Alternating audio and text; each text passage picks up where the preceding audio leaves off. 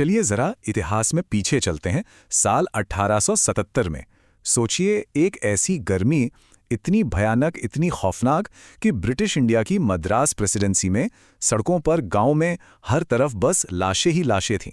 ये वो साल था जब भारत को एक ऐसे भयानक अकाल ने जकड़ लिया था जिसमें लाखों लोग भूख से मारे गए।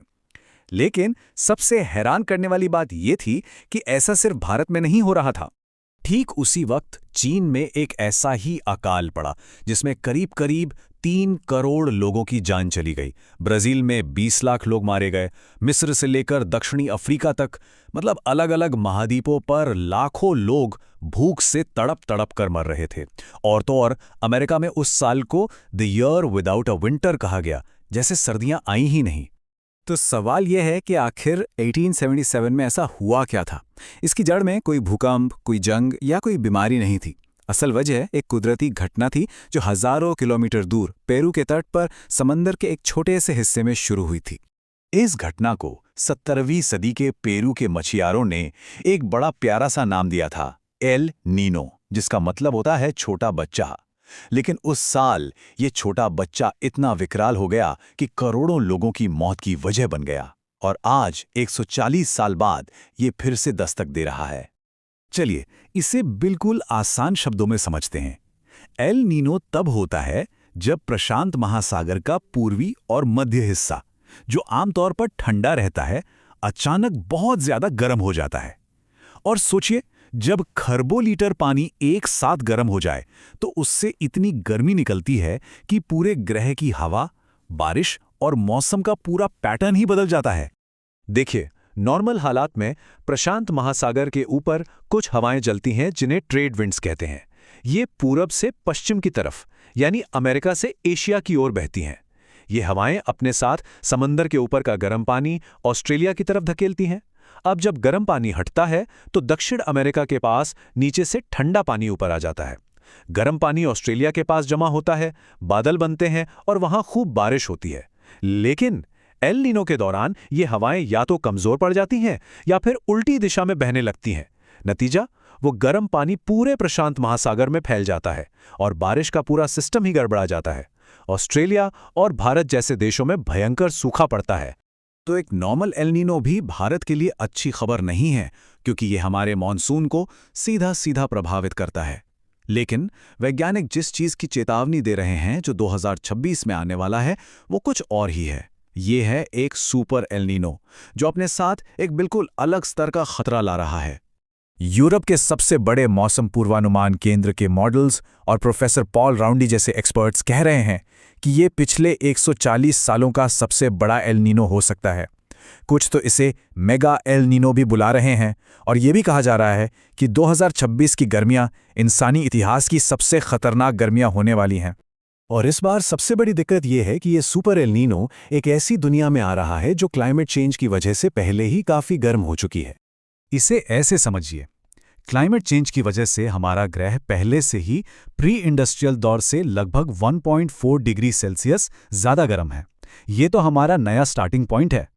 अब इस पहले से गर्म दुनिया में एक ताकतवर एल नीनो और 1.5 डिग्री सेल्सियस की गर्मी और जोड़ देगा। तो कुल मिलाकर हम बात कर रहे हैं करीब 2.9 डिग्री सेल्सियस की तापमान विसंगति की। इतनी बड़ी छलांग इंसानी इतिहास में कभी नहीं देखी गई है। ये कुछ ऐसा है, मान लीजिए एक कमरा पहले से ही 40 डिग्री पर तप रहा है और फिर कोई आकर उसमें एक हीटर और चला दे। बस क्लाइमेट चेंज और सुपर एल नीनो का ये जो कॉम्बिनेशन है ना, वो ठीक यही करने वाला है। तो चलिए इस वैश्विक खतरे को थोड़ा और करीब से देखते हैं। 2026 में आने वाले इस सुपर एल नीनो का भारत पर क्या असर होगा, इसे समझने के लिए हम संकट की इन 4 परतों को एक एक करके खोलेंगे, जो हमारे मौसम से लेकर हमारी थाली तक सब कुछ प्रभावित करने वाली हैं। पहली और दूसरी परत एक साथ जुड़ी हैं, मॉनसून और खेती। भारतीय मौसम विभाग का अनुमान है कि मॉनसून सामान्य से कम रहेगा, करीब 92%। और ये बहुत गंभीर बात है, क्योंकि भारत की लगभग 51% खेती, यानी आधे से ज्यादा, पूरी तरह से मॉनसून पर ही निर्भर है। तीसरी परत है हीट वेव, यानी लू। सुपर एल नीनो की वजह से पूर्वी, मध्य और उत्तर पश्चिम भारत में सामान्य से कहीं ज्यादा दिन लू चलेगी। वैज्ञानिकों का मानना है कि 2026 गर्मी के मामले में साल 2024 के भी सारे रिकॉर्ड तोड़ देगा। और चौथी परत का असर सीधा हमारे घरों पर पड़ेगा। मॉनसून कम होगा तो खेती कम होगी, और इसका मतलब है खाने पीने की चीजों के दाम बढ़ेंगे। डेटा बताता है कि एक सुपर एल नीनो वाले साल में खाने पीने की महंगाई 9% तक बढ़ सकती है। और सबसे खतरनाक बात, रात की गर्मी। दिल्ली जैसे शहरों में रात का तापमान दिन के मुकाबले दोगुनी तेजी से बढ़ रहा है, जिससे शरीर को रिकवर होने का, ठंडा होने का मौका ही नहीं मिलता, और हीट स्ट्रोक का खतरा कई गुना बढ़ जाता है। अब इतनी गंभीर बातें सुनकर यह सोचना लाजमी है कि क्या हम कुछ कर भी सकते हैं। तो सवाल यह है कि क्या इसका कोई हल है। जब गर्मी का इतना बड़ा संकट हमारे दरवाजे पर है, तो एक समाज के तौर पर और व्यक्तिगत स्तर पर हम सब इस बढ़ती गर्मी का सामना कैसे कर सकते हैं। चलिए कुछ समाधानों पर नजर डालते हैं। सबसे पहले तो एक सिस्टम की समस्या को समझना जरूरी है। भारत में 12 तरह की प्राकृतिक आपदाओं को आधिकारिक तौर पर नोटिफाई किया गया है। इसमें कोल्ड वेव यानी शीतलहर तो शामिल है, लेकिन हीट वेव यानी लू नहीं। और इसकी एक बड़ी वजह यह है कि अगर इसे नोटिफाइड आपदा बना दिया गया तो सरकार को हर कंफर्म्ड मौत पर 4 लाख रुपए का मुआवजा देना पड़ेगा। जब पेड़ों की कटाई पर सवाल उठता है तो अक्सर एक ही जवाब सुनने को मिलता है, अरे ये तो डेवलपमेंट के लिए है, और हम एक पेड़ काटने के बदले 10 नए पेड़ लगा रहे हैं। लेकिन असलियत क्या है? आईआईटी बॉम्बे की एक स्टडी बताती है कि 2015 से 2019 के बीच हर 1 वर्ग किलोमीटर नए पेड़ लगाने के बदले 18 वर्ग किलोमीटर पुराने जंगल काट दिए गए। ये है हमारे देश में जंगलों की कटाई की असली दर। तो हम क्या कर सकते हैं? 3 चीजें हैं जो हमारे हाथ में हैं। पहला, पुराने पेड़ों को बचाएं।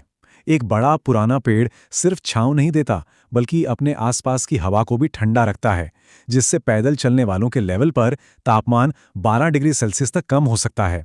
दूसरा, और शायद सबसे जरूरी, कम्युनिटी केयर, मतलब एक दूसरे का ख्याल रखना। खुद को हाइड्रेटेड रखें, ओआरएस का घोल हमेशा पास रखें, लेकिन इससे भी बढ़कर अपने आसपास के लोगों का ध्यान रखें। सड़क पर काम करने वाले मजदूर, डिलीवरी पार्टनर्स या सिक्योरिटी गार्ड्स, उन्हें पानी और छांव ऑफर करें।